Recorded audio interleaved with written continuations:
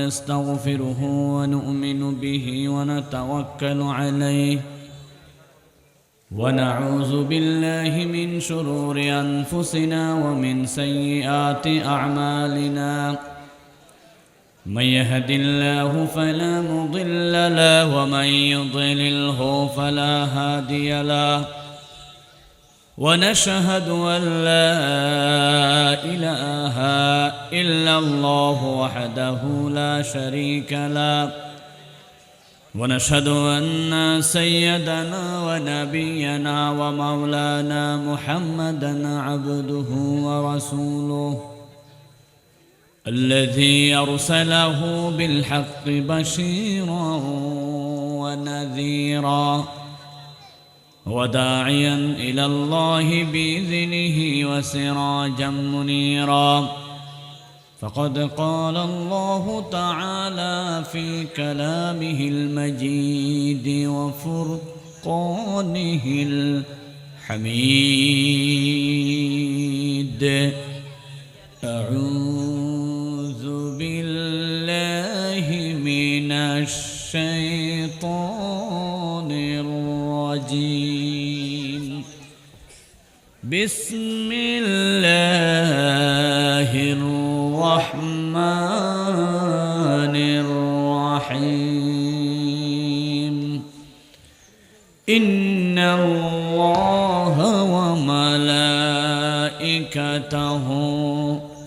يصلون على النبي يا أيها الذين آمنوا صلوا عليه وسلموا تسليما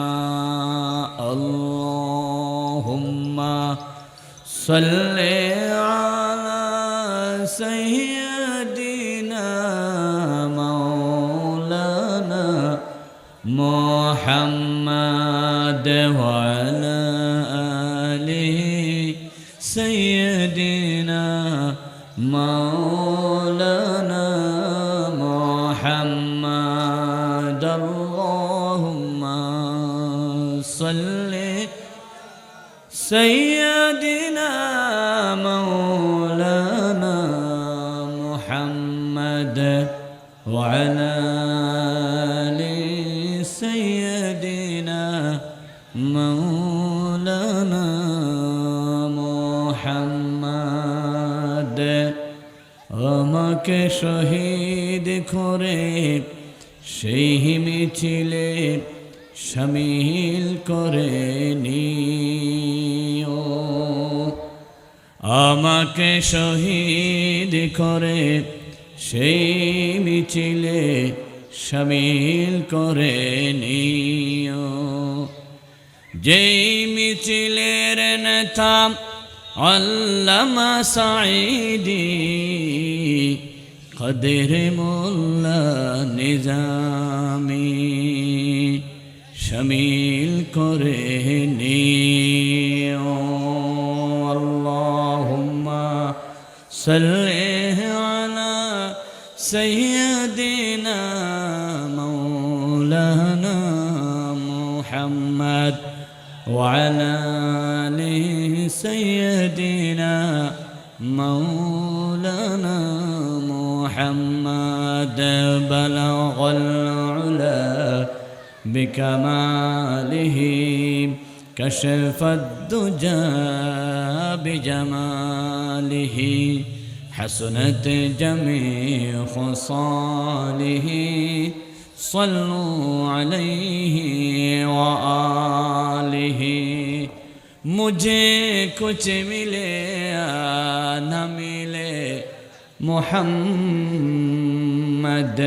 मिले यानी वो शय जिससे अल्लाह मिले बलगल उला बिकमालिह कशफ الدجى بجماله حسنت جميع خصاله صلوا عليه وآله সাতকানিয়া পৌরসভার প্রাচীন ও ঐতিহ্যবাহী সামাজিক সংগঠন চড়ারকুল ইসলামী নবজাগরণ সংস্থার উদ্যোগে আয়োজিত 21তম তাফসীরুল কোরআন মাহফিলের মাননীয়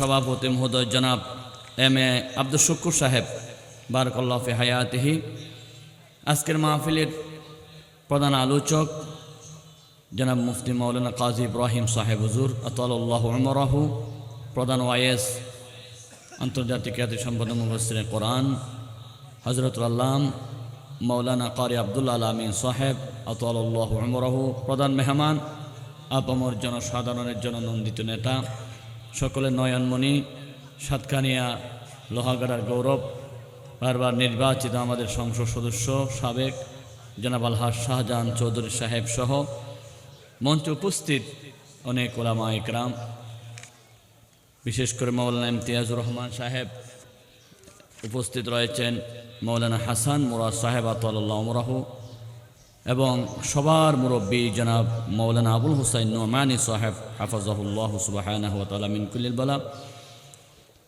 যাদের উদ্যোগে আজকের এই মাহফিল আমাদের সকল প্রিয় ভাই সদস্যবৃন্দ, চড়ারকুল ইসলামী নবজাগরণ সংস্থার প্রবাসী ভাই, যারা প্রবাস থেকে আমাদেরকে সহযোগিতা করার জন্য, এলাকাবাসীকে সহযোগিতা করার জন্য এলাকায় চলে এসে মাহফিলের সৌন্দর্য রক্ষা করেছেন আমাদের জাহিদ হুসাইন সাহেব সাংগঠনিক সম্পাদক, সেক্রেটারি সাহেব আমিনুল ইসলাম সাহেব, সহসাংগঠনিক নুল আফসার প্রবাসী ভাই, হাফেজ মনজুর আলম প্রবাসী ভাই, আমাদের শামীম হুসাইন সাহেব, সবাইকে লিড দিচ্ছেন সকলের প্রিয় ভাই জনাব মোহাম্মদ জাবেদ হুসাইন সাহেব মাননীয় সভাপতি মহোদয় অত্র সংগঠনের, এবং মাননীয় পরিচালক, বিশেষ করে সুরের মোহনা সংগঠনের প্রিয় ভাই সকলের প্রিয়জন জনাব আবু সাদেক নোমান সাহেব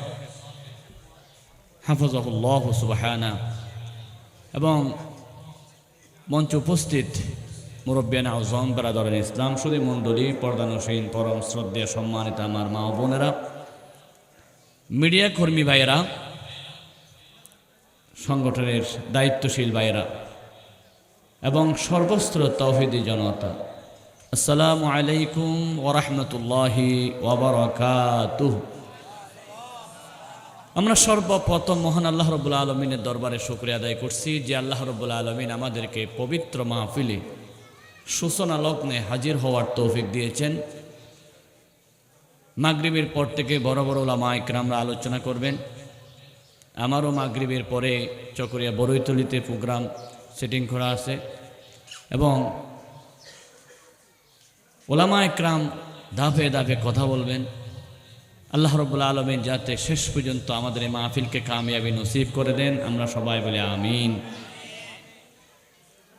একটা নির্ধারিত বিষয় নির্ধারিত সময়ে আলোচনা শেষ করতে হবে। বিষয়টা হলো কোরআন এর আলোকে মুমিনের গুণাবলী। আল্লাহ রাব্বুল আলামিন মুমিনের কিছু গুণাবলী কোরআনে কারীমে উল্লেখ করেছেন। আমরা যে মুমিন, আমাদের কপালে লেখা নাই যে মুমিন, আমাদের কোনো বিজ্ঞাপন নাই আমরা যে মুমিন, আমাদের কোনো লিফলেট নাই আমরা যে মুমিন, আমাদের কোনো ফেস ভ্যালু নাই যে মুমিন। এই মুমিন হতে হলে কিছু গুণ আল্লাহ রাব্বুল আলামিন কোরআনে কারীমে ঘোষণা করলেন। 4 জায়গায় আল্লাহ মুমিনদের 30টা গুণাবলী আলোচনা করলেন। সময় তো 30 মিনিটও নাই, সেজন্য সব গুণাগুলো তো এখানে আলোচনা করা যাবে না। আমি প্রথমেই আল্লাহ রাব্বুল আলামিন যে মুমিনের গুণাবলী নিয়ে আলোচনা করেছেন সেটা শুরু করতেছি। মুমিনের নামে আলাদা একটা সূরা আল্লাহ দিলেন কোরআন শরীফে।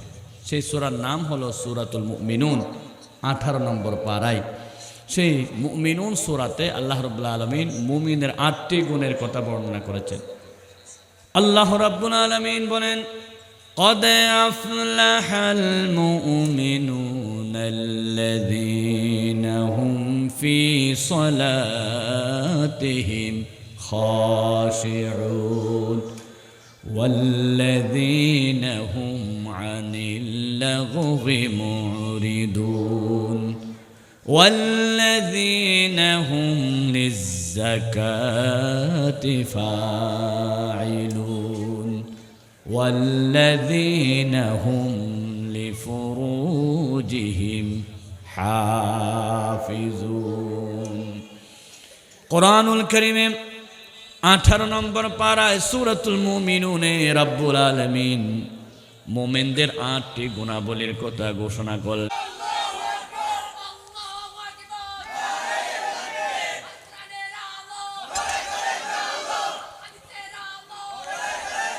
সব কিছু কমা হলেও আল্লামা সাঈদীকে যে ইনজেকশন মেরেছে তার কমা হবে না। আমরা এই ময়দান থেকে জানিয়ে দিতে চাই, নজিবুল বশর মাইজবান্ডারি তরিকত ফেডারেশন সভাপতি, যিনি সর্বপ্রথম আল্লামা সাঈদীকে মামলা দিয়েছিল এবং যেই মুস্তাফা জামান ইনজেকশন মেরেছিল, আমরা জাতীয় স্টেডিয়ামে এই দুইজনের ফাঁসি চাই। যতদিন পর্যন্ত তাদের ফাঁসি হবে না, বাংলাদেশের মানুষের কলিজা ঠান্ডা হবে না, ঠিক না? ওনাকে হাড়ের রোগী বলে যখন নাকি জেলখানা থেকে হাসপাতালে নিয়ে যাওয়া হচ্ছে, উনি একটা হাসি মেরে জানিয়ে দিলেন, আসলে আমি রোগী নই, আমি জুলুমের শিকার, ঠিক না? এখনো সেই হাসিটা বাংলাদেশের মানুষকে পাগল করে ফেলেছে। গত কিছুদিন আগে 16 ডিসেম্বর বিজয় দিবস গেল। সেই বিজয়ের দিবসের আগের রাত আমার মাহফিল ছিল কুতুবদিয়া কক্সবাজার। আমি সেদিন বলেছিলাম, বাংলাদেশের 17টা বছর বিজয় দিবস পালন হয়েছে একজন ব্যক্তির বক্তব্য দিয়ে। যেখানে যান সেখানে শুধু বঙ্গবন্ধু বঙ্গবন্ধু বঙ্গবন্ধু বঙ্গবন্ধু। 17 বছর বিজয় দিবস পালন হয়েছে একজনের নামে, ঠিক কিনা? মনে হয়েছিল পুরা দেশটা তাদের নামে ইজারা করা হয়েছে, পুরা দেশটা তাদের নামে বরাদ্দ করে দেওয়া হয়েছে। কিন্তু দেশটা কি তাদের বাবার নাকি আমাদের? বলেন না কাদের? দীর্ঘ 17 বছর বিজয় দিবস পালিত হয়েছে একজনের নামে। আমি এবছর 15 ডিসেম্বর ওয়াদা করেছি, বাংলাদেশে আর কোনো কানে সেই বঙ্গবন্ধুর ভাষণ চলবে না। 16 ডিসেম্বর পালিত হবে আল্লামা সাঈদীর ভাষণ দিয়ে। বাংলার প্রত্যেকটা জমিনে জমিনে কোরআনের ভাষণ চলবে ইনশাআল্লাহ। কারণ জমিন কার? চিৎকার দিয়ে বলুন। সুতরাং এই জমিনে আল্লাহর কথাই চলবে, আর বঙ্গবন্ধুর ভাষণে জমিনে চলবে না, ঠিক না? একজনের বাপকে জাতির বাপ বানাইয়া দিয়েছে। আমার বাপকে যদি আপনারা সবাই বাপ বানায়, আপনারা মানবেন? এটা তো আমার বাপ। একজনের বাপ বলে 18 কোটি সবাই বাপ ডাক। মানুষ মন খুলে বাপ ডাকে নাই, খুব কষ্ট করে বাপ ডেকেছিল, কিন্তু ক্ষমতা থেকে যাওয়ার পরেই পেশাব করে দিয়েছে বাবার গায়ে, ঠিক কিনা? মাঝে মধ্যে বিভিন্ন জায়গায় দেখি ব্রিজের মধ্যে ব্রিজ ভাঙ্গা ব্রিজে রড নাই, সব বাঁশ। আমি চিন্তা করলাম, এই ভাঙ্গা ব্রিজের রড কই? বলে যে হুজুর ব্রিজে রড দেয় না, কি দে? বাঁশ দেয়। তো বাঁশ দিয়ে ব্রিজ করে রডগুলো কই? বলে যে রডগুলো বরাদ্দ হয়েছে ব্রিজের জন্য, সেই সব রড দিয়ে বঙ্গবন্ধুর মূর্তি বানায় মোড়ে। নাউজুবিল্লাহ বলেন। ব্রিজের মধ্যে বাঁশ দে, রড দে কোথায়? বঙ্গবন্ধুর মূর্তি। সেজন্য বাংলাদেশ থেকে ক্ষমতা থেকে যাওয়ার পরে 5 আগস্টের দিন যত মূর্তি ভেঙেছে, সব মূর্তিতে বিশাল বিশাল রড পাওয়া গেছে। আমার দেশের বীর মুক্তিযোদ্ধারা সেই রডকে চুরমার করে মুক্তিযোদ্ধারা সেদিন স্বাধীনভাবে সেই বঙ্গবন্ধুর উপর পেশাব করে দিয়ে জানাইয়া দিয়েছ, সব ব্রিজের রডগুলো বঙ্গবন্ধুর মূর্তি বানাইয়া তার ছবির নিচে দিয়ে ঢুকাইয়া দিয়েছিল, ঠিক কিনা? ব্রিজের রড নাই, রডগুলো কোথায় ছিল? ওই বঙ্গবন্ধুর নামে। অথচ বাংলাদেশের মানুষ কি পরিমাণ যে কষ্ট পেয়েছে, জুলুমের শিকার হয়েছে। সেই জুলুম থেকে বাঁচার জন্য 100 রাকাত তাহাজ্জুদ নামাজ পড়লে হবে না। কর্মীরা বলতো, আমার নেতা প্রত্যেক দিন 100 রাকাত তাহাজ্জুদ পড়ে, কোরআন শরীফ পড়ে। কিন্তু আমার দেশের ছেলেরা যখন গণভবনে ঢুকলো, কোনো জাই নামাজ পেল না, কোরআন শরীফ পেল না। রান্না করা মুরগির মাংস, এরপরে পাঙ্গাস বোনা, সব খাবার পেয়েছিল, জোরে বলো নাউজুবিল্লাহ। কিন্তু আল্লাহ রাব্বুল আলামিন সেই খাবার খেতে দেয় নাই, কারণ বাংলাদেশের মানুষকে 17 বছর খানা খাইতে দেয় নাই। ইসলামী আন্দোলন কর্মীদেরকে ঘরে থাকতে দেয় নাই। নারাকুড়ায় এবং পাহাড়ের কিনারায় কিনারায় তাদেরকে রাত কাটতে হয়েছে। যারা ইসলামী আন্দোলন কর্মীদেরকে ঘরহারা করেছে, আল্লাহ রাব্বুল আলামিন তাদেরকে দেশহারা করেছেন, ঠিক কিনা? আল্লাহ আছে কি নাই? দরে দরে দরে না, ধরলে খোদা ছাড়ে না। সে আল্লাহ এমন ধরেছে। আজকে শামসুদ্দিন মানিকের মতো লুচ্চা বেয়াদব যে বলেছিল আমি আল্লামা সাঈদীকে প্রথমে ফাঁসির রায় দিয়েছি, সবাই বলো নাউজুবিল্লাহ। যেই বেয়াদব আল্লামা সাঈদীকে ফাঁসির রায় দিয়েছিল বিচারপতির চেয়ারে বসে, সেই বেয়াদব আজকে লিঙ্গ খাটা থেকে শুরু করে যত অপমান সব হয়েছে, একটা আলেমকে অপমান করেছে, আল্লাহর গজব তার উপর নাজিল হয়েছে। সে যদি 1000 রাকাত তাহাজ্জুদ পড়ে তওবা কবুল হবে না। তার তওবা কবুল হওয়ার জন্য আল্লামা সাঈদী সাহেবের পরিবারের সদস্যদের কাছে, ওনার স্ত্রীর কাছে গিয়ে পর্দার ভিতর থেকে, পর্দার বাহির থেকে ক্ষমা চাইতে হবে। যতদিন পর্যন্ত ক্ষমা চাওয়া হয় নাই, ততদিন পর্যন্ত বাংলাদেশে ওরা নির্বাচন করার সুযোগ পাবে না, বাংলাদেশে ওরা রাজনীতি করার সুযোগ পাবে না, পাবে না, পাবে না, ঠিক কিনা? এখন দিল্লি থেকে ষড়যন্ত্র করা হচ্ছে, দিল্লি থেকে অ্যাটম বোম মারা হচ্ছে, বাংলাদেশকে ষড়যন্ত্র করার জন্য ইসকনের সদস্য দিয়ে বাংলাদেশের মানুষকে একেবারে নির্যাতন করার জন্য পরিকল্পনা করা হচ্ছে।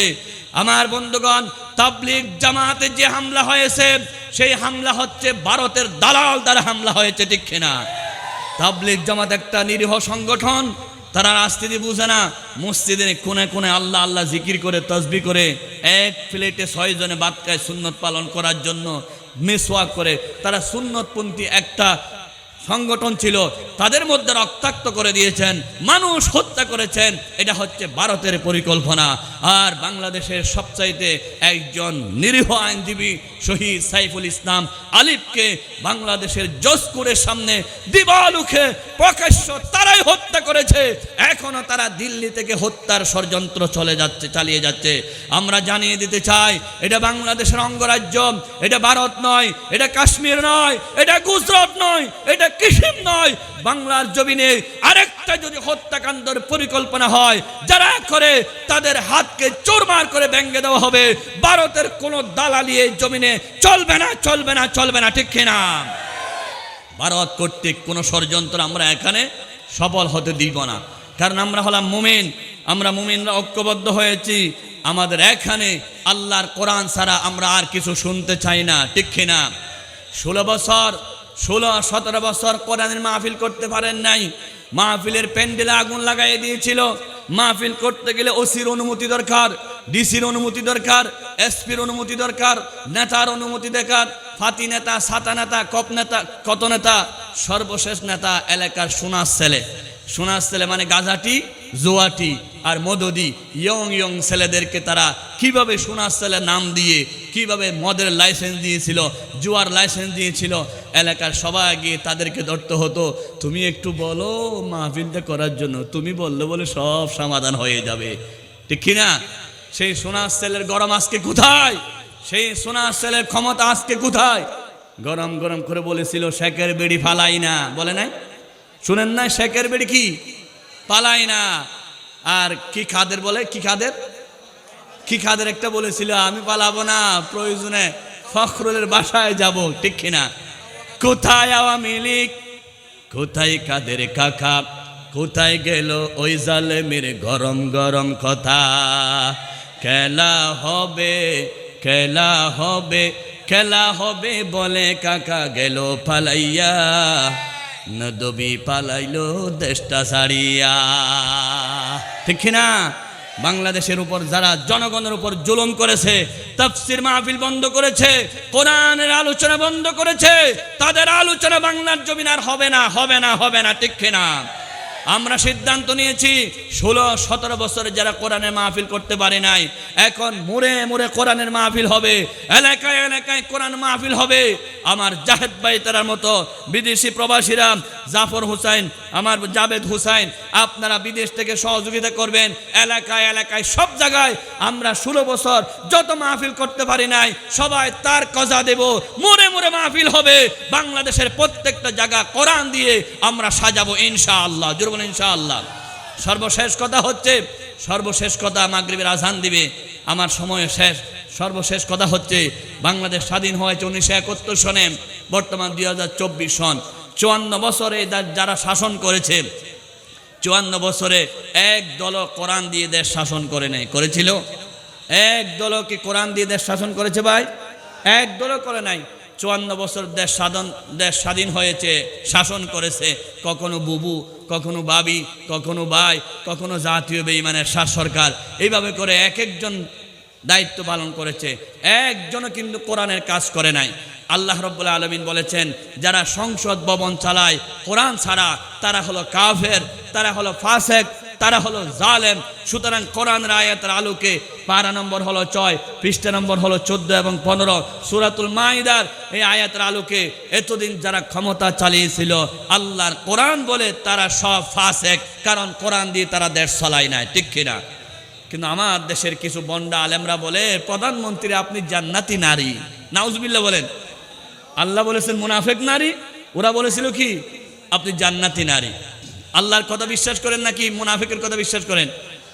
আল্লাহ রাব্বুল আলামিন বলেন ওয়ামাল্লাম ইয়াহকুম বিমা আনজালাল্লাহু ফাউলাইকা হুমুজ জালিমুন ফাউলাইকা হুমুল ফাসিকুন ফাউলাইকা হুমুল কাফিরুন। জুড়ে বলুন আল্লাহু আকবার।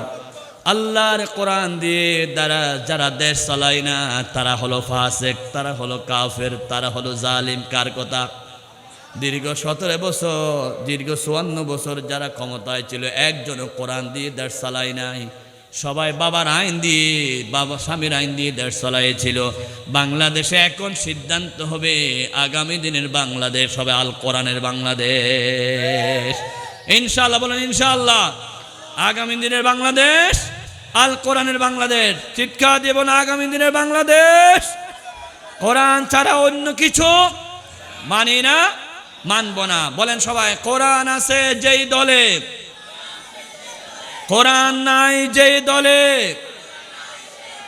কোরআন আছে যেইখানে, কোরআন নাই যেখানে।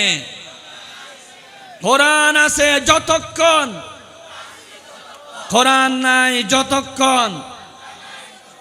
সুতরাং যেই দলের কাছে কোরআন আছে, যে দলের রিপোর্ট বই লিখতে প্রথমে কোরআন লিখতে হয়, নামাজ লিখতে হয়, হাদিস লিখতে হয়, ইসলামী সাহিত্য কয় পৃষ্ঠা পড়েছেন এগুলো লিখতে হয়, মানবতা গঠন করার জন্য, মুক্তির জন্য। এটাই হচ্ছে মানুষের জন্য শ্রেষ্ঠ সংগঠন। আমরা সেই দলে যোগদান করব, বাংলার জমিনকে কোরআনের জমিনে সাজাবো এবং কোরআনুল কারীমের আয়াতের আলোকে 5টি জায়গা থেকে আমি প্রায় 15টি আয়াত তেলাওয়াত করেছি। মুমিনের গুণাবলী 30টা গুণাবলী, সেই আয়াতগুলো দেখে নেবেন। ব্যাখ্যার সুযোগ পেলাম না, আবার রিপিট করতেছি। সূরাতুল বাকারার 1 থেকে 5 নম্বর আয়াত, মোবাইল থেকে দেখে নেবেন। সূরাতুল আনফালের 3 থেকে 5 নম্বর আয়াত, সূরাতুল আহজাবের 35 নম্বর আয়াত, সূরাতুত তাওবার 111 112 নম্বর আয়াত, সূরাতুল হুজুরাতের 20 নম্বর আয়াত। এগুলোকে মুমিনের আলোকে, মুমিনের গুণাবলী সম্পর্কে এই 5টি জায়গায় আল্লাহ আলোচনা করেছেন। সব কথাগুলো তুলে ধরে আমি আমার সংক্ষিপ্ত আলোচনা এখানে শেষ করছি। আল্লাহ রাব্বুল আলামিন মুমিনের যত গুণাবলীর কথা বলেছেন সব গুণাবলী দিয়ে আমাদেরকে খাঁটি মুমিন হওয়ার তৌফিক দান করুন। এই মাহফিল কবুল করুন। এই মাহফিলে যারা ফাইন্ডিং করেছেন, সহযোগিতা করেছেন, আমাদের জাবেদ হোসেন ভাইয়ের হাতকে শক্তিশালী করেছেন, আমাদের জাহেদ ভাই সহ যত প্রবাসী ভাইয়েরা প্রবাস থেকে সহযোগিতা করেছেন, দেশি ভাইয়েরা দেশি সহযোগিতা করেছেন, এলাকার মা বোনরা সহযোগিতা করেছেন, এলাকার মুরব্বীরা সহযোগিতা করেছেন, সংগঠনের কর্মীরা সহযোগিতা করেছেন, আমাদের ভাইয়েরা আরাফাত মিনহাজ যুবক ভাইয়েরা কলিজা দিয়ে মহাব্বত করে এই সংগঠনকে সহযোগিতা করেছেন, মোহনা শিল্পী গোষ্ঠী সঙ্গীতের মাধ্যমে সহযোগিতা করেছেন, আলেম ওলামারা কদম রেখেছেন, আন্তর্জাতিক মুফাসসির ইকরাম আজকে তশরিফ আনবেন, কারি আব্দুল আলা আমিন সাহেব তশরিফ আনবেন এবং সকলের প্রিয়জন শ্রদ্ধাভাজন আমাদের সকলের মুরব্বী কাজী মুফতি ইব্রাহিম সাহেব তশরিফ আনবেন। সবাইকে শেষ পর্যন্ত এই মাহফিলে ধৈর্য ধারণ করে থাকার জন্য অনুরোধ জানিয়ে এখন মাগরিবের বিরতি দিয়ে আমি আমার সংক্ষিপ্ত আলোচনা এখানে শেষ করছি। ওমা তৌফিক ইল্লা বিল্লাহ। আসসালামু আলাইকুম ওয়া রাহমাতুল্লাহি ওয়া বারাকাতুহু।